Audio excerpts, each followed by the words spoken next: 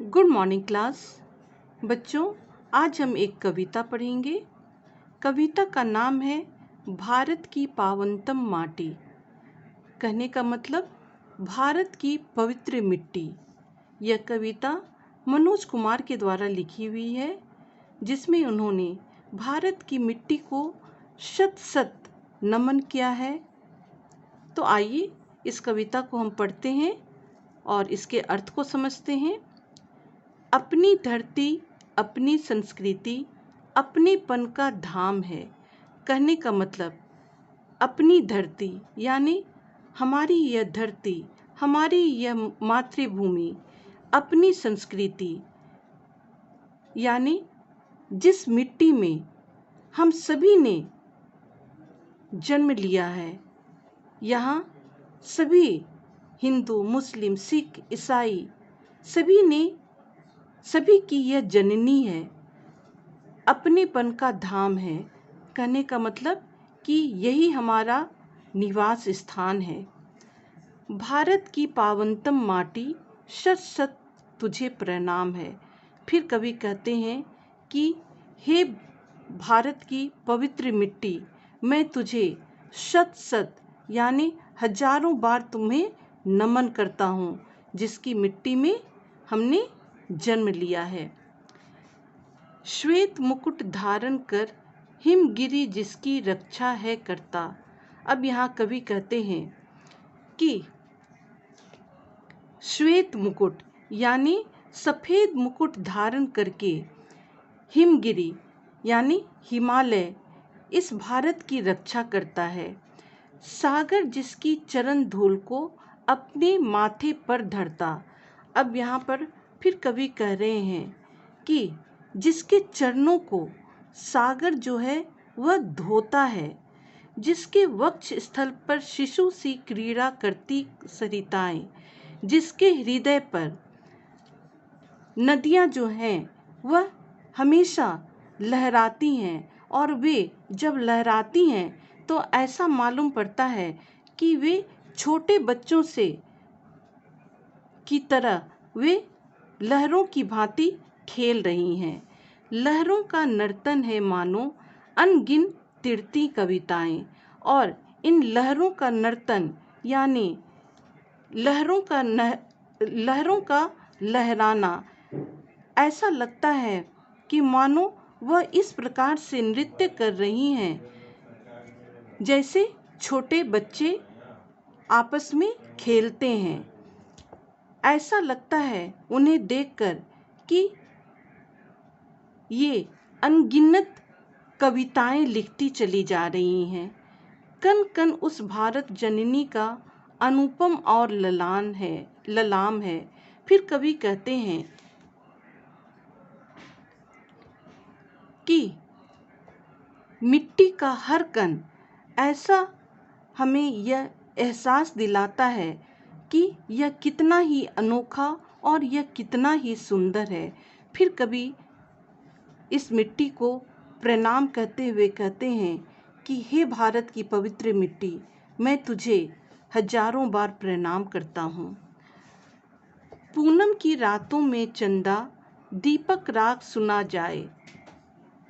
इन पंक्तियों में कवि कह रहे हैं कि जब पूर्णिमा की रात होती है उस समय चंद्रमा की चांदनी इतनी खूबसूरत लगती है, ऐसा लगता है कि मानो वह कोई दीपक राग सुना रहा हो, यानी उससे निकलने वाली आभा, उसकी सुंदरता, उसकी लालिमा इतनी सुंदर लगती है।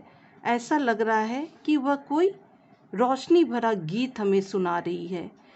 तारों जड़ी चुनरिया ओढ़े अम्मा श्यामला इठलाए, और जब अमावस्या की रात आती है तो ऐसा लगता है कि तारों से जड़ी हुई कोई चुनरिया यानी उस अंधेरी रात में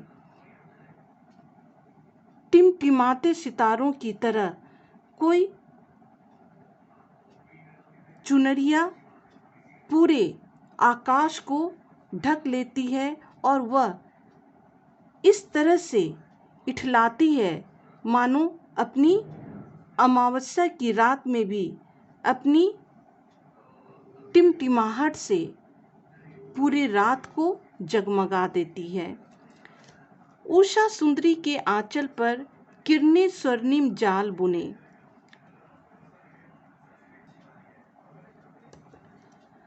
और सुबह की लालिमा जब सूर्योदय होता है और सूर्य आकाश में निकलता है, उस समय के सूर्य की सुंदरता, उसकी लालिमा, उसका सुनहरापन इतना खूबसूरत लगता है। ऐसा लगता है कि उसने अपने पूरे सुनहरे आंचल से पूरे जगत को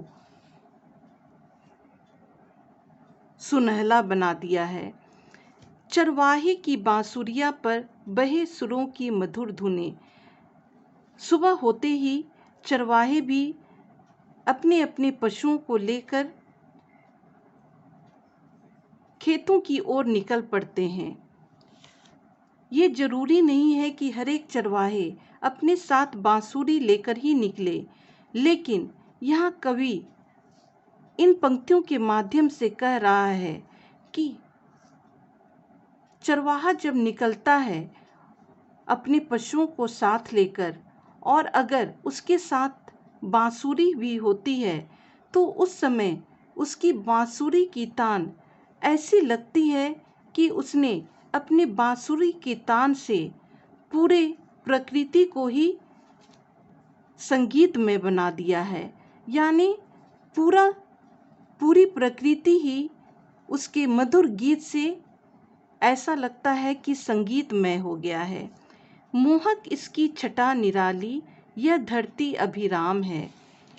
फिर कवि कहते हैं कि इस धरती की खूबसूरती इतनी अनोखी है, इतनी निराली है, इतनी सुंदर है कि हम सभी इस धरती की, प्रकृति की सुंदरता की ओर खींचे चले जाते हैं। फिर कवि कहते हैं कि हे भारत की जननी, हे भारत की पवित्र मिट्टी, मैं तुझे शत शत प्रणाम करता हूँ। इसकी अमराई में कोयल कानों में अमृत घोले। फिर कवि कहते हैं कि जब आमों के बाग में कोयल मधुर गीत गाने लगती है, तो ऐसा लगता है कि कोयल के मधुर गानों से हमारे कानों में अमृत के रस घुल गए हों। यानी पूरा वातावरण जो है वह काफ़ी गुंजायमान हो जाता है और ऐसा लगता है कि पूरे वातावरण में अमृत का सा रस घुल गया हो।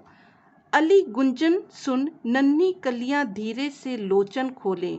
और जैसे ही सुबह होती है, भौरे भी गुंजन करते हुए फूलों के पास मंडराने लगते हैं। और जब वे फूलों के पास मंडराने लगते हैं, तो धीरे धीरे कलियां भी खुलने लगती हैं। ऐसा लगता है कि भौरों के गुंजन को सुनकर वे धीरे धीरे अपनी आंखें खोल रही हैं। टेसू के फूलों सा रंजित मन है यहाँ हवाओं का। फिर कवि कहते हैं कि जिस प्रकार पलाश के फूलों से पूरी प्रकृति चारों ओर सुंदरता से भर जाती है, ऐसा लगता है कि उन्हीं पलाश के फूलों की तरह हवाएं भी काफ़ी सुगंधित हो गई हैं। रंग बिरंगे वसनों से सज जाता बदन घटाओं का, और ऐसा लगता है कि रंग बिरंगे वसनों से यानी विभिन्न वस्त्रों से सजकर घटाएं भी आकाश में फैल गई हैं। यानी इंद्रधनुषी रंगों जैसा वस्त्र पहने हुए घटाएं जो हैं, बादल जो हैं, वे आकाश में छा गई हैं। हर पल में खुशियों का मेला, उत्सव आठों याम है। यानी हर पल ऐसा लगता है कि वातावरण में खुशी ही खुशी फैल गई है। ऐसा लगता है कि चारों ओर प्रकृति ने अपनी सुंदरता से चारों ओर पर्व का सा माहौल बना दिया है। यानी पूरे दिन का आठों पहर जो है वह ऐसा लगता है मानो वह हमें किसी न किसी पर्व का एहसास करा रही है। यानी हर ओर खुशियों का सा माहौल छा जाता है। फिर कभी कहते हैं कि भारत की पावनतम माटी, शत शत तुझे प्रणाम है। फिर कभी भारत की जननी को यानी भारत की मिट्टी को प्रणाम करते हुए कहते हैं कि हे मातृभूमि, तू धन्य है जिसने इतनी खूबसूरत यह प्रकृति की सुंदरता बिखेरी है, जिसे देखकर हम सभी भाव विभोर हैं और इससे हमें अपने जीवन में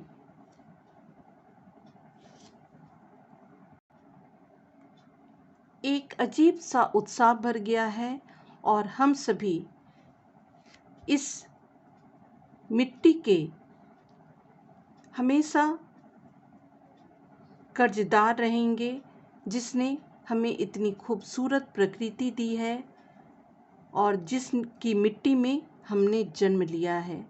तो आज हम यहीं तक पढ़ेंगे, आगे का भाग हम कल पढ़ेंगे। Thank you class.